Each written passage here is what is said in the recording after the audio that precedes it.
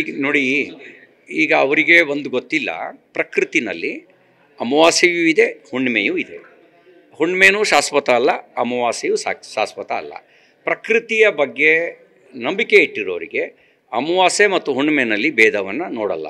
ಇನ್ನೇನಾದ್ರು ವರ್ಣಭೇದ ಮನಸ್ಥಿತಿ ಮುಖ್ಯಮಂತ್ರಿಗಳಿಗಿದ್ದರೆ ಅದು ನಂಗೆ ಗೊತ್ತಿಲ್ಲ. ಅಮಾವಾಸ್ಯೆ ಅವರೊಂದು ಮಾತು ಹೇಳಿದರು, ನಾನು ಮೂಢನಂಬಿಕೆ ವಿರೋಧಿ ಅಂತ. ಅಂದರೆ ಅಮಾವಾಸ್ಯೆ ಹುಣ್ಣಿಮೆ ಅನ್ನೋದನ್ನು ಯಾವುದನ್ನು ಪ್ರತಿನಿಧಿಸುತ್ತೆ, ಯಾವುದನ್ನು ಪ್ರತಿಬಿಂಬಿಸುತ್ತೆ? ಈ ಪ್ರಕೃತಿಯಲ್ಲಿ ಅಮಾವಾಸ್ಯೆಯೂ ಇದೆ, ಹುಣ್ಣಿಮೆನೂ ಇದೆ, ಎರಡಕ್ಕೂ ಸಮಾನವಾದ ಸ್ಥಾನವೂ ಇದೆ. ಹಾಗಾಗಿ ಅವರ ದೃಷ್ಟಿ ಯಾವುದು ಅಂತ ನನಗೆ ಗೊತ್ತಿಲ್ಲ. ಆದರೆ ಕರ್ನಾಟಕದ ದೃಷ್ಟಿಯಲ್ಲಿ ಈ ಸರ್ಕಾರ ಹುಣ್ಣಿಮೆಯ ಚಂದ್ರನಂತೆ ಭ್ರಷ್ಟಾಚಾರದಲ್ಲಿ ಬೆಳಗ್ತಾ ಇದೆ. ಈ ಸರ್ಕಾರ, ಮುಖ್ಯಮಂತ್ರಿಗಳೇ, ನಿಮ್ಮ ಸರ್ಕಾರ ಹುಣ್ಣಿಮೆಯ ಚಂದ್ರನಂತೆ ಬೆಳಗ್ತಾ ಇರೋದು ಭ್ರಷ್ಟಾಚಾರದಲ್ಲಿ, ರೈತರ ಆತ್ಮಹತ್ಯೆಯಲ್ಲಿ. ಇದು ಯಾವುದು ಕೂಡ ಒಳ್ಳೆಯ ಸಂಗತಿ ಅಲ್ಲ.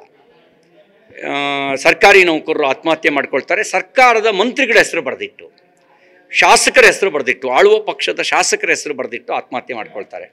ಸರ್ಕಾರವನ್ನು ದೂರಿ ಆತ್ಮಹತ್ಯೆ ಮಾಡ್ಕೊಳ್ತಾರೆ. ಅವ್ರ ಬದುಕನ್ನು ಕತ್ಲೆ ಮಾಡಿದ್ದೀರಿ ಮುಖ್ಯಮಂತ್ರಿಗಳೇ. ರೈತರ ಆತ್ಮಹತ್ಯೆಯಲ್ಲಿ ನಂಬರ್ 2, ಅವ್ರ ಬದುಕು ಕತ್ಲಾಗಿದೆ. ಅವ್ರ ಪಾಲಿಗೆ ನಿಮ್ಮ ಸರ್ಕಾರ ಅಮಾವಾಸ್ಯೆ ಆಗಿದೆ. ಅವ್ರ ಬದುಕಿಗೆ ನೀವು ಹುಣ್ಣಿಮೆ ಆಗಬೇಕಿತ್ತು. ನೀವು ಹುಣ್ಣಿಮೆ ಆಗಿದ್ದು ಯಾರಿಗೆ ಅಂದರೆ ಭ್ರಷ್ಟಾಚಾರಿಗಳಿಗೆ ಹುಣ್ಣಿಮೆ ಆಗಿದ್ದೀರಿ. ನೀವು ಆ ಜನರಿಗೆ, ರೈತರಿಗೆ ಹುಣ್ಣಿಮೆ ಆಗಿದ್ದರೆ ಜನ ನಿಮ್ಮನ್ನು ಮೆಚ್ತಾ ಇದ್ದರು. ಹಾಗಾಗಿ ನೀವು ಯಾರಿಗೆ ಹುಣ್ಣಿಮೆ ಆಗಬೇಕಿತ್ತು ಅವ್ರಿಗೆ ಆಗಿಲ್ಲ, ಯಾರಿಗೆ ಅಮಾವಾಸ್ಯೆ ಆಗಬೇಕಾಗಿತ್ತು ಅವ್ರಿಗೆ ಅಮಾವಾಸ್ಯೆ ಆಗಲಿಲ್ಲ. ನೀವು ಭ್ರಷ್ಟಾಚಾರಿಗಳಿಗೆ ಅಮಾವಾಸ್ಯೆ ಆಗಬೇಕಿತ್ತು, ಆದರೆ ನೀವು ಅವ್ರಿಗೆ ಹುಣ್ಣಿಮೆ ಆಗಿದ್ದೀರಿ.